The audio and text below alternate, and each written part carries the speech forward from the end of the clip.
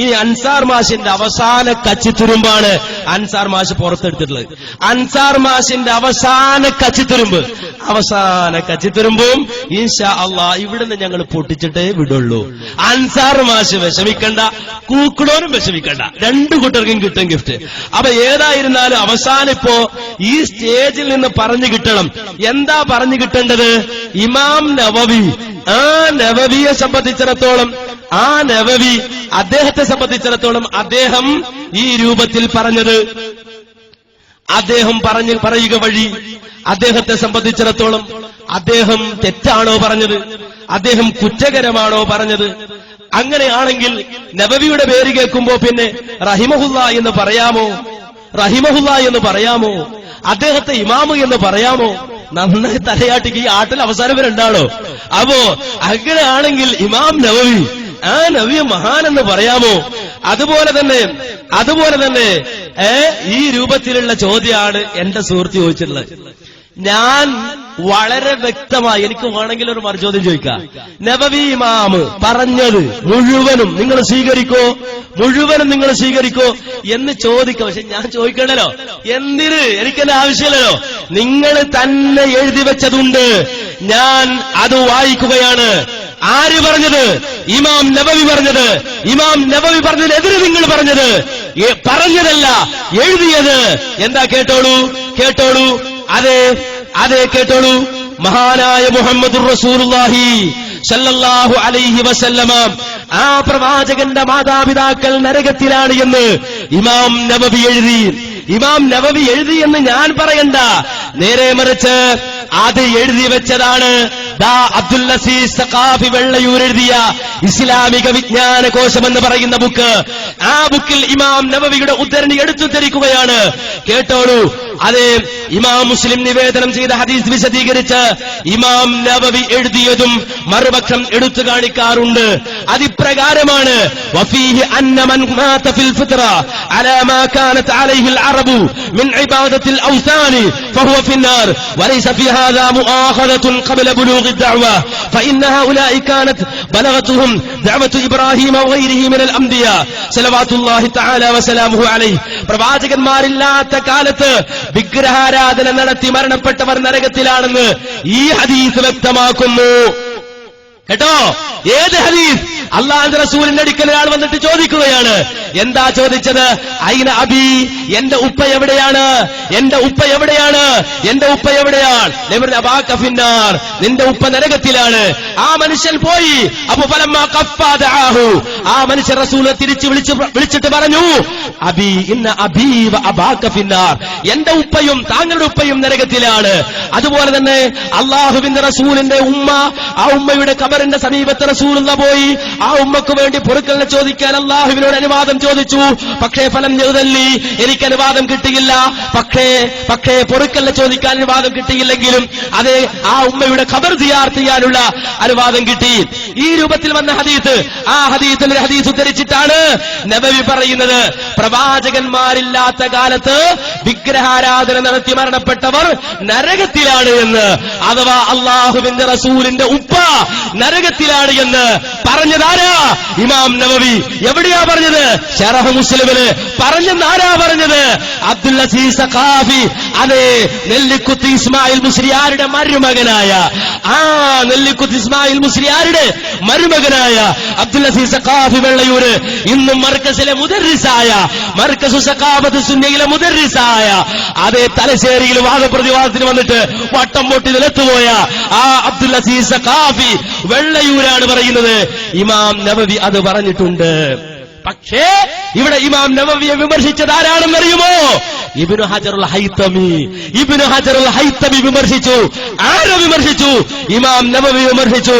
വഅമ്മാ ഖൗലുൻ നബവി റഹിമഹുല്ലാഹ് ഫീ ഹദീസ് മുസ്ലിം ഇന്ന മൻ മാത എന്ന് പറഞ്ഞിട്ട് ഇമാം നബവിയെ കുറിച്ച് ഹൈതമി പറഞ്ഞത് എന്താണെന്ന് അറിയോ അൻസാർ മാഷേ? പേരോടിന്റെ പ്രസംഗം കേട്ടിട്ട് ഇത് പഠിച്ചില്ലേ നിങ്ങൾ? 7 ഖണ്ഡന പ്രസംഗം പഠിച്ചതാണ്. ഇത് മനസ്സിലാക്കിയില്ല നിങ്ങൾ? ഇമാം നബവിയെ കുറിച്ചാ പറഞ്ഞത്. ഫബഈദുൻ ജിദ്ദാ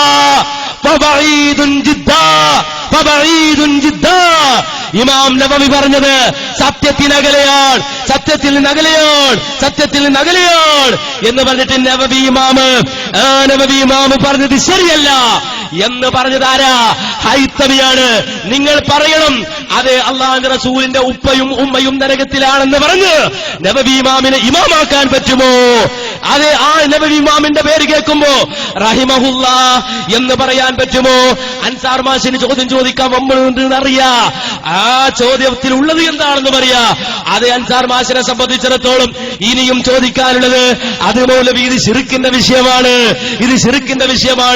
അല്ലാതെ ഈ രൂപത്തിലുള്ള വിഷയമല്ല എന്ന്. എന്നാൽ നിങ്ങൾക്കറിയുമോ ഇത് ആ ശിർക്കിന്റെ വിഷയം പോലെ അത്ര ഗൗരവമില്ലാത്ത വിഷയമാണെന്ന് പറഞ്ഞ് തള്ളാൻ കഴിയുന്ന വിഷയമാണോ? അല്ല. നിങ്ങൾ നബവി ഇമാമിനെ തള്ളിയതുപോലെ തള്ളിയ മറ്റൊരു പണ്ഡിതനാണ്. ആരാണെന്നറിയുമോ? മുല്ല അലിയുൽ ഖാരി. എന്തിന്റെ പേരിലാ തള്ളിയതെന്നറിയോ? അള്ളാഹുവിന്റെ റസൂലിന്റെ വാപ്പയും ഉമ്മയും നരകത്തിലാണെന്ന് നബവി ഇമാം പറഞ്ഞതുപോലെ മുല്ല അലിയുൽ ഖാരിയും പറഞ്ഞപ്പോൾ എന്താണ് ആ മുല്ല അലിയുൽ ഖാരിയെ കുറിച്ച് നിങ്ങൾ എഴുതി വെച്ചതെന്നറിയുമോ? കേട്ടോളൂ. മുല്ല അലിയുൽ ഖാരിയുടെ മയ്യത്ത് കുളിപ്പിക്കുന്നയാൾ നാവ് മുറിക്കപ്പെട്ട നിലയിൽ അദ്ദേഹത്തെ കണ്ടതായും നബി സല്ലല്ലാഹു അലൈഹി വസല്ലമയുടെ മാതാപിതാക്കൾ അവിശ്വാസികളായിരുന്നുവെന്ന് സമർത്ഥിക്കാൻ ഗ്രന്ഥരചന നടത്തിയതിന് ലഭിച്ച ശിക്ഷയായിരുന്നു അതെന്ന് സ്വപ്നത്തിലൂടെ കുളിപ്പിച്ചയാളെ അദ്ദേഹം അറിയിച്ചതായും അല്ലാമ സിന്ദി തവാലിഉൽ അൻവാർ എന്ന ഗ്രന്ഥത്തിൽ പറഞ്ഞതായി മഹാനായ അഹ്മദ് കോയ ശാലിയാത്തി ഫതാവൽ അസ്ഹരിയ പേജ് 20 രേഖപ്പെടുത്തിയിട്ടുണ്ട്. എന്താ പറഞ്ഞത്? നബവി ഇമാം പറഞ്ഞത് മുല്ല അലിയുൽ ഖാരി പറഞ്ഞപ്പോൾ നബവി ഇമാം എഴുതിയത്, അതുപോലെ തന്നെ മുല്ല അലിയുൽ ഖാരി അത് എഴുതിയപ്പോൾ മരിച്ച സന്ദർഭത്തിൽ മുല്ല അലിയുൽ ഖാരി എന്ന പണ്ഡിതൻ അദ്ദേഹത്തിന് സൂഉൽ ഖാത്തിമത്തിന്റെ അടയാളമായി, ദുഷിച്ച അന്ത്യത്തിന്റെ അടയാളമായി അദ്ദേഹത്തിന്റെ നാവ് മുറിഞ്ഞുപോയി എന്നാ എഴുതി വെച്ചത് നിങ്ങൾ പറയണം. നബവി ഇമാമിനെ സംബന്ധിച്ചിടത്തോളം ആ മുല്ല അലിയുൽ ഖാരി പറഞ്ഞതുപോലെ നബവി പറഞ്ഞതുപോലെ മുല്ല അലിയുൽ ഖാരി പറഞ്ഞു. രണ്ടുപേരും ചെയ്തത് ഒരു തെറ്റാണ്. ഈ രൂപത്തിൽ അള്ളാഹുവിന്റെ റസൂലിന്റെ മാതാപിതാക്കളുടെ പേരിൽ അബദ്ധം പറഞ്ഞ ആളാണ് ആര്? ഇമാം നബവി. ആ ഇമാം നബവിക്ക് ഈ വിഷയത്തിൽ മാത്രമേ അബദ്ധം പറ്റിയിട്ടുള്ളൂ, വേറൊരു വിഷയത്തിൽ അബദ്ധം പറ്റിയിട്ടില്ലെന്നാണോ? എന്താ നിങ്ങൾ പറയുന്നത്? അപ്പൊ ഈ വിഷയത്തിൽ അബദ്ധം പറ്റി വേറൊരു വിഷയത്തിലും അബദ്ധം പറ്റൂല എന്നാണോ? അങ്ങനെയാണോ? അപ്പൊ വളരെ വ്യക്തമാണ്. നിങ്ങളെ സംബന്ധിച്ചിടത്തോളം നബവി ഇമാമിൽ നിന്ന് നിങ്ങൾ ഉദ്ധരിക്കാൻ ഉദ്ദേശിക്കുന്നത്, നിങ്ങളുടെ ചോദ്യത്തിലൂടെ നിങ്ങൾ സൂചിപ്പിച്ചത് അതാണല്ലോ.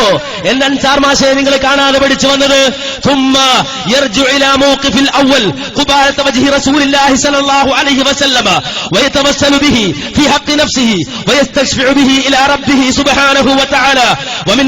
ما يقول ما حكاه الماوردي والقاضي أبو الطيب وسائر أصحابنا عن الأتبي مستحسنين له എന്ന് പറഞ്ഞിട്ടാണല്ലോ ബാക്കി നിങ്ങൾ വായിക്കുന്നത്. ഞങ്ങളെ സംബന്ധിച്ചിടത്തോളം ധൈര്യസമേതം ഞങ്ങൾക്ക് പറയാൻ കഴിയും. ഇമാം മുസ്ലിം തന്റെ സ്വഹീഹിൽ കൊണ്ടുവന്ന ഹദീസ്, ആ മുസ്ലിമിന്റെ സിഹത്ത് നിങ്ങൾക്ക് സംശയമുണ്ടെങ്കിൽ ഞങ്ങൾ ഇവിടുന്ന് വായിച്ചു തരും. ഉസൂലിന്റെ കിതാബുകൾ ഉദ്ധരിച്ചുകൊണ്ട് ഞങ്ങൾ വായിച്ചു തരും. അഥവാ മുസ്ലിം ലോകത്തിന്റെ ഇജ്മാ, അത് ബുഖാരിയും മുസ്ലിമും സംയുക്തമായി റിപ്പോർട്ട് ചെയ്ത മുത്തഫഖുൻ അലൈഹിയായ ഹദീസ്, ആ ഹദീസിനാണ് ഒന്നാം സ്ഥാനം. അത് കഴിഞ്ഞാൽ തെരഞ്ഞെടുക്കപ്പെടുന്നത് ഇമാം ബുഖാരിയാണ്, ഇമാം ബുഖാരിയുടെ ഹദീസാണ്.